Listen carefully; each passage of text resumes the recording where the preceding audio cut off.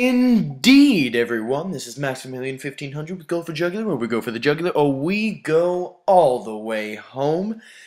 Today we're going to be talking about Uncharted 3 again, but this time we'll be talking a little about the campaign, the fantastic, well-done campaign. A totally different view from the multiplayer, and we got a lot to view, so let's do a backflip in. Alright, when I'm doing these summary videos, my biggest goal is to give you the most information without giving, a lot of stuff away. That's the worst thing when I watch a video about a game and then I find out half of the greatest moments, and I'm like, oh, and I'm spending $60 on this to, find out what I already know. But, so right now I'm going through this old ship graveyard in a way, with all these scrap vessels that I end up maneuvering and going through, and my goal right now is to get to that big cruise ship over in the distance, because a dude I'm following, of course I'm trying to, I'm not, I sound like I don't know what I'm talking about, but I'm just trying not to give a lot of stuff away. Alright, right now I'm sliding down, I see a dude with the RPG, dodge, smash into him, and what I noticed when I rewatched this is the gun he used to slide in that he's holding right now is a gun that I picked up. And it's not what I started with, so it's cool how they must have, done 4 different video clips of me just falling through that, holding the different guns, and whatever you're holding, it'll set up. And that one dude who can manipulate object just as good as I can, and you just saw him jump over the top. I really love how in the campaign, almost every enemy has the capabilities that you have. If not, they have better ones. And it makes it fun and challenging, but at a good limit. There's never usually a boss battle where I have to sit down and go 5 or 6 times because I die so many times. But usually if I die once or twice, I don't get fed up, because it's really fun to try to figure out new ways. There's always that one. I feel like this game is always about that one extra path that you didn't take, or that one option you didn't think of that ends up being the final ingredient that makes your plan finally work. So right now I just escaped those dudes' clutches, and by fighting through all these guys I managed to get to my destination, and I'm gonna work up this. I love this because it looks the same as every other thing that's around you, and you can climb it. It's a big thing in this game, manipulating what's around you, ladders, for example. And it's really, the campaign is just so fantastic to me in this game. That brings you challenges, sometimes puzzle related and sometimes fighting related, but in every single one you always got to try to use your mind. And these guys, the reason why I chuck a ridiculous amount of nades is because he had a special armor on that I found out before I actually put another clip, and I didn't show you the one where I went in there and got completely annihilated by this guy because I tried to do hand-to-hand combat and he just totally destroyed me. But he had a ridiculous amount of armor on. And I found that you can either do constant fire and just keep weakening him while he's sort of dazed by all this gunfire he's getting owned with, until he finally dies, or just usually finishing with a quick blast like those nades, for example. That third one was completely unnecessary, but I don't know, I decided to throw it. Another thing that just happened, in the top left corner they showed 25 bullets. When you pick up ammo or a new gun, they'll always give you what it has, or for example, the ammo that I just picked up, how much I just gained.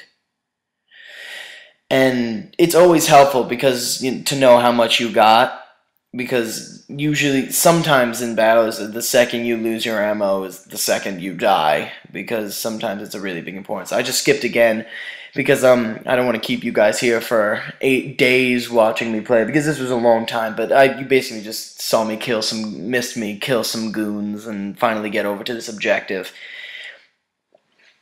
And so I'm gonna try to get on the ship.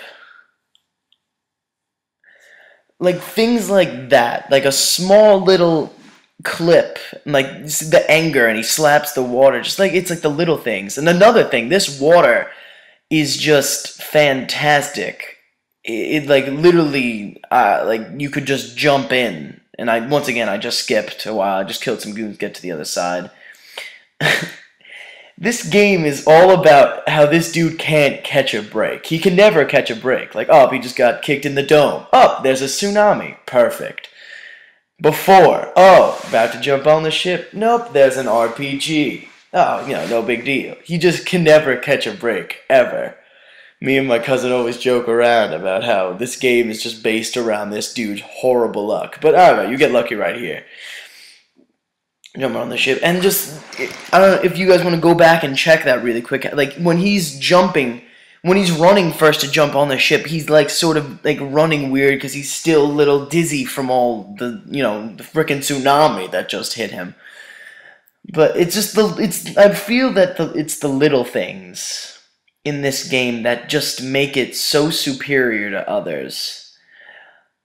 Like how some dudes, like in the background there, how some dudes just swung over onto my ship, and how usually they'll be smart and run to different covers so they get a better angle on me, and it's just, and like all this mist coming from the engines of the other boat, and the rain coming down, and then if you can see how the top of the deck is just glistened with water because it's from all this rain and stuff. It's just so awesome, and these explosions and this last second jump, and this game is extremely fast paced, and it sort of makes you, when I go to another game and play the story mode, I'm like, yeah, it's kind of slow, but it's usually normal, but I'm just coming from something like this that's just constant action. Like right there, I got killed. Like I died, I think,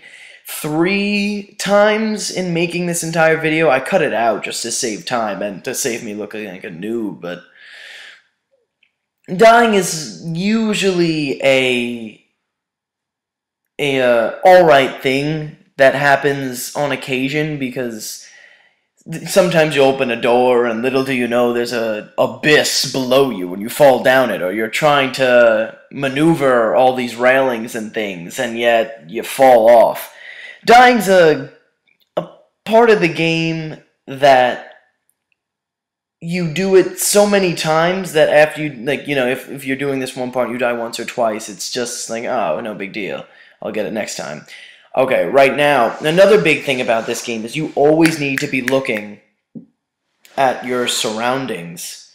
And, like, for example, like, I'm getting fired at these old RPGs at me, and, like, little do I know there's one hanging around the corner. So looking around is a big part of this, and it's just so amazing. Like this, like, a little reaction to the fire. And then, like, in the corner, my one thing of hope is this ladder. And I catch it in one arm, and then, and then of course a massive wave. And I'm waiting, I remember waiting here, like, recording this, like, probably dead. Why are they zooming in?